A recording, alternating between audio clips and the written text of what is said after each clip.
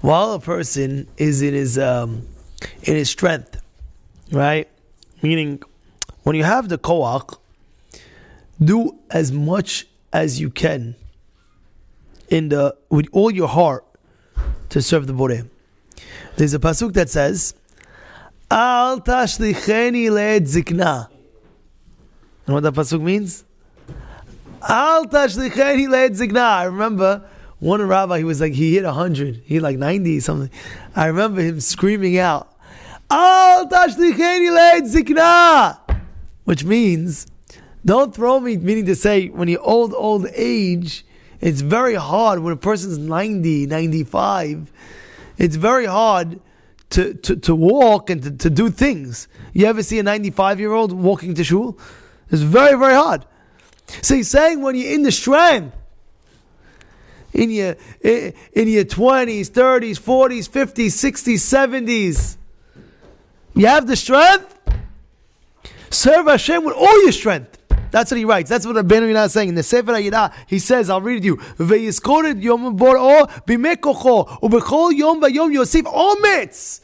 Put your strength in. One time, Chaim Tzion Abba saw a guy in the yeshiva. He was sitting down, he was learning, slouching and learning. You know how it is, chill out, coffee in his hand.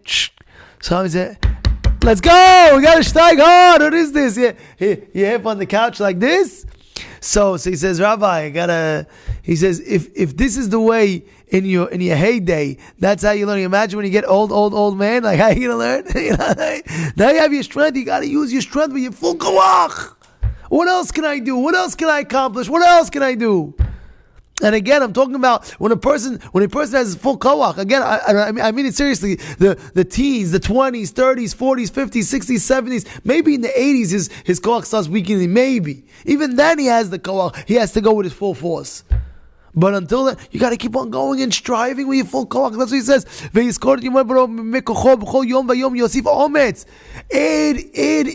Add more things to your portfolio in serving the Borei. You understand? Be strong. Let's go. We got to do more. You know, there was a rabbi. He was rabbi in the community in Borough Park. Actually, it was a true story. I know this firsthand. There was there was a nutritionist that was coming to the rabbi to speak to him about a diet, and as he was there, so he got to know the rabbi more and more. So this nutritionist asks, the rabbi's wife, the Rebbitzin, says, your husband doesn't stop. He keeps on going. Such an old age, he keeps on going.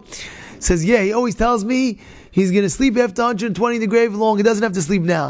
Sleep is very important, but I'm just trying to show you the point. The point is, the rabbis, they kept on going and going. They didn't stop. You want to relax? Relax at the end. There'll be a lot of time to relax after 120. That's when you relax. Until 120, no relaxing over here. No relaxing. You want after 120, relax all you want. You know what it says? Talmidei Chachamim don't have relaxation, not in this world and not in the next world. So in this world, we understand why they have no relaxation, because they're always steiging and growing and doing and this, that. But what about in the next world? How come they're not relaxed in the next world? You know what the answer is? Mikey, you know what the answer is? Because in the next world, all their accomplishments, they go to one spot in Olam Haba, and then all of a sudden, the accomplishment that he did in this world, he gets a ripple effect. So they're like, okay, where am I going? You're going getting elevated. Oh, where am I going? You're going elevate next level. Where are you going next level? Where are you going next level? They don't stop. Because once the Hacham, he did so much that they don't stop. The next world, they keep on going higher and higher and higher and higher. Okay, I'm happy. No next level. So you got to keep on working. You got to keep on doing. You got to add.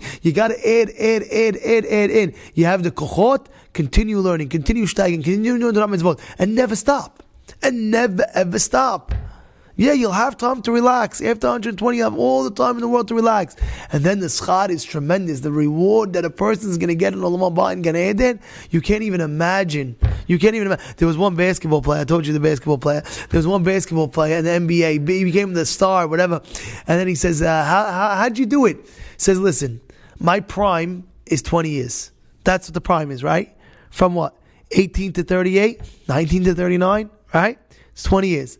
So he said, for 20 years, I'm dedicating my full life to these 20 years, fully committed to the game of basketball. Nothing else in my brain is anything else but basketball. If you want to talk to me, it's only basketball.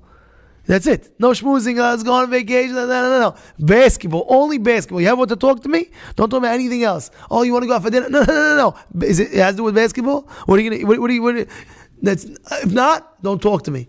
It's true. And he became the number one basketball player in the league. You know who he is. He became the number one basketball player. Why? He said these 20 years, focused. You have 120 years. You know, if you do the heshbon really, it's also only 20 years. How? I'll tell you very simple. If you look at the heshbon, the average, let's say 80 years, right? 80, 90 years. Okay, 80, 90 years. You have to understand half those years are gone with sleeping, using the bathroom, eating, doing other things. So how many years do you, half those years ago, so you have about 45 years, 50 years to really steig in Avodat Hashem. And if you do that, and you dedicate yourself fully to that, the reward that you will receive is endless. The reward never ends. You understand what I'm saying? The reward never ever ends. It keeps going and going and going. And 100 million years later, you're getting rewarded still. Isn't it worth it?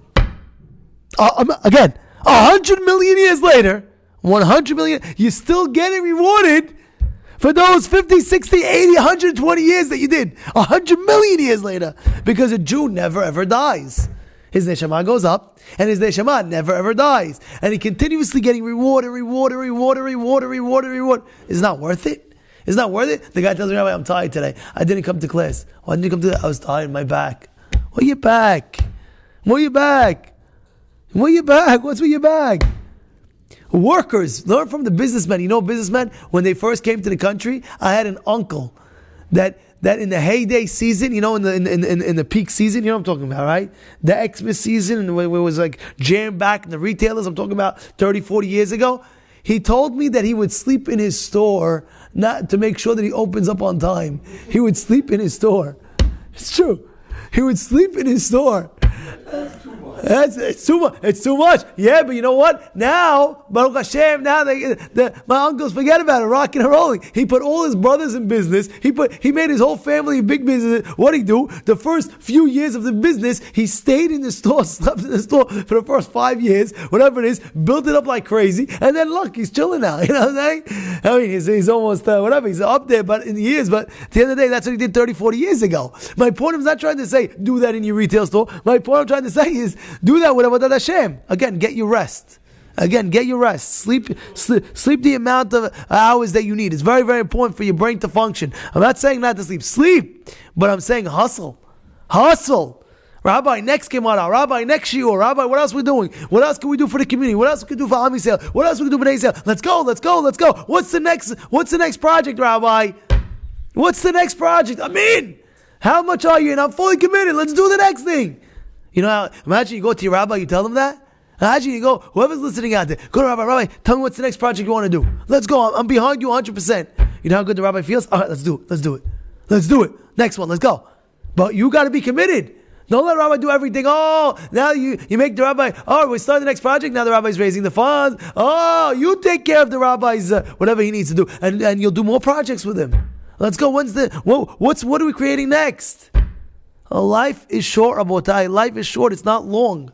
Yeshua, the life, when you speak it, when the Mishlei, when Shlomo Melech speaks about how life is, I heard this, we can hear from Shlomo, but I heard this from the Baba Sali's grandson. He said it, that the Baba Sali said, you know, life is like this. You went like this. You blink your eye, finished. It goes by so fast. Ask the guy who's married. What? I'm married 10 years already. I'm married 20 years. I'm married 30. I have a 50th anniversary already. Where did the time go? But if you utilize every moment of it, if you say to yourself, I am fully committed to Borei Olam. I am fully committed. Fully committed is I'm all in. You get to levels, you get to next levels that you can never even imagine that you could get to. You know, you're serving Hashem, great. Get to the next level of serving Hashem. What else? put in the kohot, put in the time, put in the strength, with your full strength. And like that, you'll see. You'll have a greater life in this world and the next world. Ooh, after 1 billion years, you'll be still getting that reward of the investments that you did in this world in serving Hashem Yitbarach.